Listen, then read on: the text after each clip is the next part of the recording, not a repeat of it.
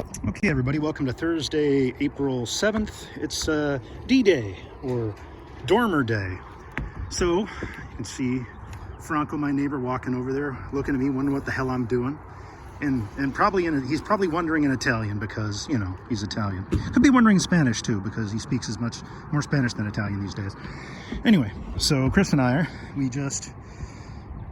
it's D-Day stands for Dormer Day, right? So we're putting in the dormers. You can see there at his feet, we've got the frame. So the bottom is cut at a 20 degree slope. I can show you here. And I'm gonna try and, this will be my first leave it together day. Oh shit, don't fall, Evan. That would suck.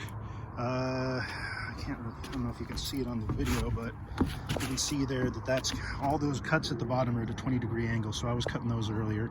You can see it's a 2x2 window. So whenever you have a 2x2 window, a 2 feet wide opening, you're going to add 3 inches for your header. So 24 inches, we have a 27-inch header up there.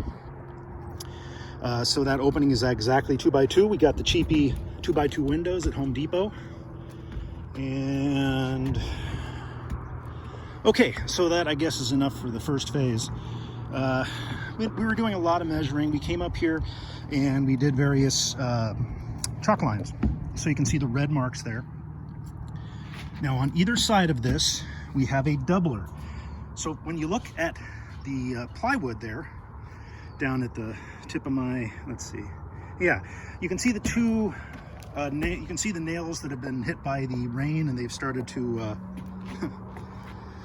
oxidize a little bit. So that shows you plainly where that doubler is. Instead of a single row you have here, right? You've got a double row on each side. So we intentionally installed the doublers on either side of both of these dormers. Now, just so you know, this is not going to be symmetrical from the front. There's a couple of main reasons for that. Number one, I've got more space on this west side over the front door than I have on the east side. Now both these dormers are going to be identical length, width, etc. All the dimensions are the same. We tested the diagonal dimensions to make sure that we have a nice square opening there, and we do. So we got our cuts. So we have both of those frames built. Okay, back to the main point. So on this side, we have more space than on that side. So it's not going to be perfectly symmetrical, and that's okay because the house looks good and it's not symmetrical anyway. Now, you can kind of see there's the doubler, and it goes right down to the edge of the right edge of that front dormer. The front gable. That's the gable in the middle, right? Now this one is roughly 36, probably 29, 28 inches off of it. You can see this line right here goes down to the left side of the gable. And then you have your doublers over here. So on the side of the house, the great way to count on a job, when you're on a job like this, you can basically count everything by 16 inches, right? So all these little bays in between the nails are 16 inches. So between the dormer and the side of the roof, you've got 1, 2, 3, 4, 5. And then to the left of that is not even 16. It is where these little outlookers are cut for the edge of the roof. So it's not 16. But on this side, we don't have 5. We have 1, 2, 3, 4, and then we've got the little gable end over the garage because the garage is the old construction. It sticks out further than the new construction to comply with the setback, which I probably didn't have to do, but I'm glad I did because of the dimensions of the kitchen. Anyway, it's another story. So I'm going to try and tie this together later, and Franco's going to do some pruning. All right. Okay, here's the second part. So we haven't really, this is much later than the first, but you can see what we've done. We've nailed the window frame up, the end of the shed dormer. The shed dormer is a type of dormer with a flat top. So your gable dormer is over there. You can see there's an apex, and it goes down on each side, right? So with a gable dormer, I can do this with the camera, you would have a little crown to that. And nope, this one's a shed dormer, so it's going to be flat straight across the top. So what you do have to do, it's going to be pretty close to a flat roof, but you still have to have fall, right? So we're going to have a 2x12 that starts right about here and goes all the way to there. Now, the roof, this roof is 20 degrees, and it was originally envisioned as a 5 and 12 roof, but in reality it is a 4.5 12 roof. So we still have to have fall. We're going to have just over 1 inch of fall is all, from the top to the bottom.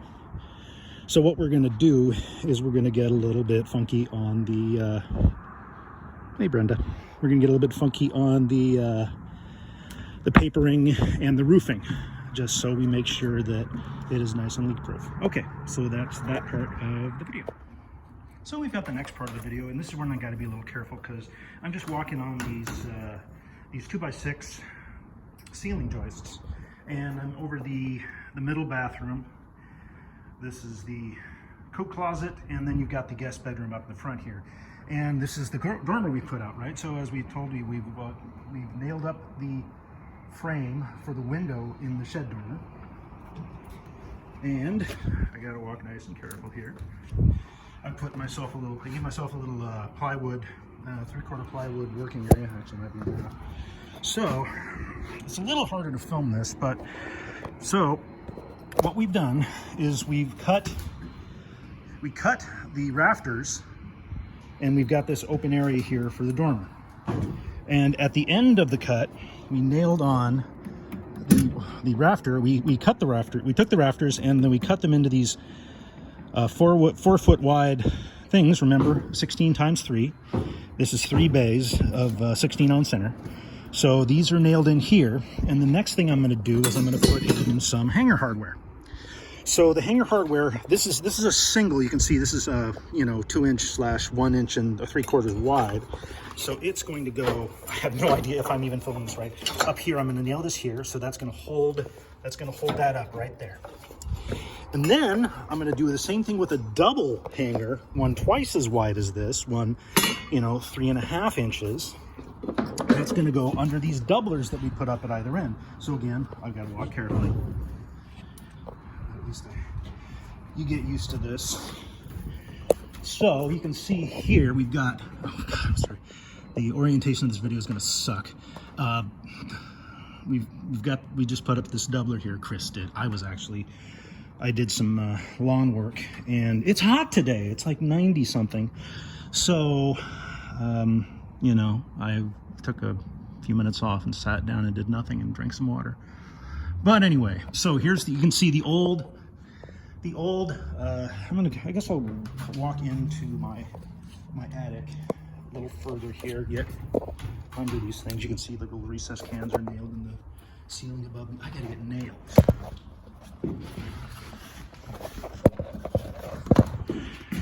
All right, so here I am. So you can see we purposefully put a doubler there, meaning two of these big 2x12 rafters. These were the big 28-foot ones we bought and cut down just a tiny bit. So we've cut them in the middle, and then on each end we put the doubler, and then we've got to put hanger hardware here on where the rafter meets the doubler, and then we got to put wide hanger hardware here where the 2 doublers meet. So that's what I'll be doing. I'm gonna put up these hangers, and then we'll talk about more. Well, another day, a little bit different weather. Here we are up on the top of the house. You can see it's a little overcast here, and actually very comfortable. Not like when we started building these things when it was hotter than hell. But you can see the frames are there, and here's all the stuff that we've done. So downstairs, we cut all the stuff. We cut the the ceiling, the joists on it. 4 lines that go. The ones on the side were notched 2x4s, so we have these 6 on each side outlookers. So I cut 24 of those. Actually, I cut 28. We had 4 extras, but it's wood, so we'll figure that out. So let me show you. So on each side we nailed a plate down on each side on top of that doubler, that double double rafter. So you've got the plate there, and then on these guys, all these little, I guess if it's a window, you call them a cripple or a stud, but in any event, they're all cut 20 degrees at the bottom, and they're not cut 20 degrees at the top. You can see there's a little tiny bit of rise there, as you'd expect, because there's a little over 1 inch. There's a, I should say, 1% fall for foot. There's not a lot of fall to these. These are not totally flat. It's not like water's just going to pool on them. They are kind of like our sidewalks are. They are slightly graded, so the water will fall towards the front. And as mentioned, these are flat, so these are shed dormers.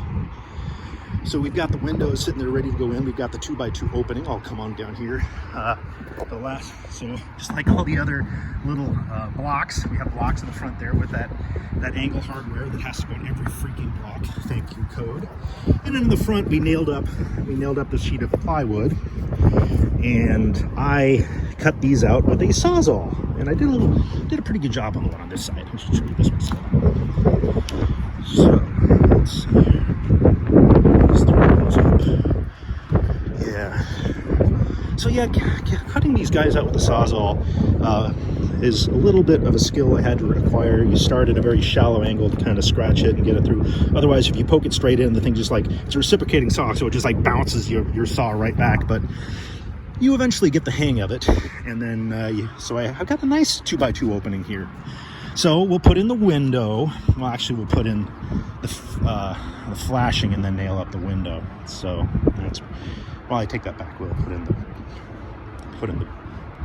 well, flashing goes around the whole thing. Anyway, so bottom line, they look pretty good. And on this side, I'll help Chris with those in 1 second here. So you can see there's this big hole here. That's where the attic lift is going. I just ordered it. It's expensive. I'm not even going to tell you how much it costs, but it is coming from East Texas, about 3 hours north of Houston, close to Shreveport, Louisiana. And you can see it worked out really well in that this dormer is directly over the lift, so there'll be lots of clearance for taking stuff off. Now that wall that's framed out just behind it, where you can see the window is, those 2 studs to the left, they're going to come out, as well as I'm going to take out that plate at the bottom. There'll be a little bit of a lip. What I think I'm going to do is I'm going to cut a piece of 3/8, a piece of, I think I have some 1 1/4 left, and I'll put a sheet of that there and have the lift stop right there, so I can slide stuff right off, and there'll be very little in the way of anything. I can also plane that off a tiny bit, but I don't really want to do that if I can avoid it, because it is structural. Anyway, yeah. So gratefully, the lift coming from Texas, the woman said that she could have that out of her place. They say, it could be like 3-4 days. It's ready to ship on Old Dominion freight lines, and then they'll be sending it out. This is not a free delivery item, and it's about 300 pounds total. The motor, the frame, a big base at the bottom, and I went with a corded remote. Most of the people do a wireless one.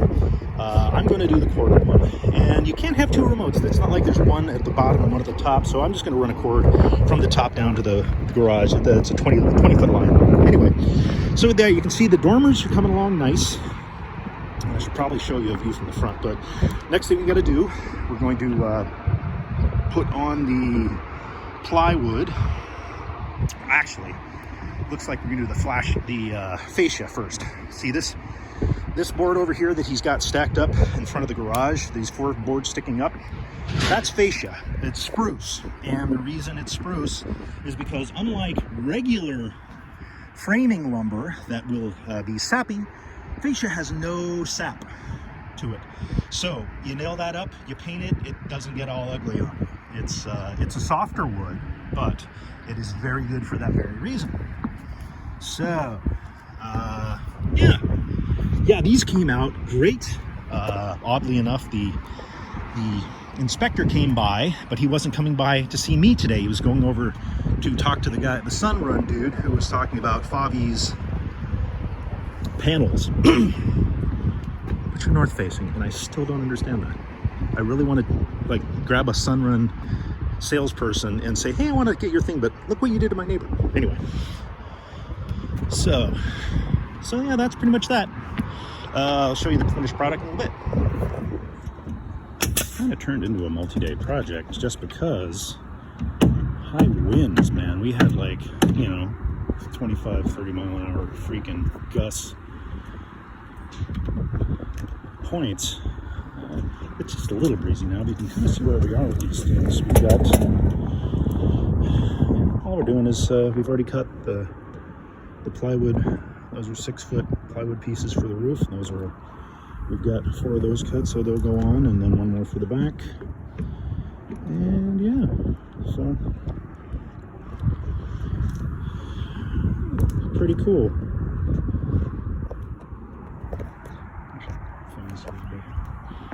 And I put the windows in yesterday. See, you cut this on a little mitered angle there.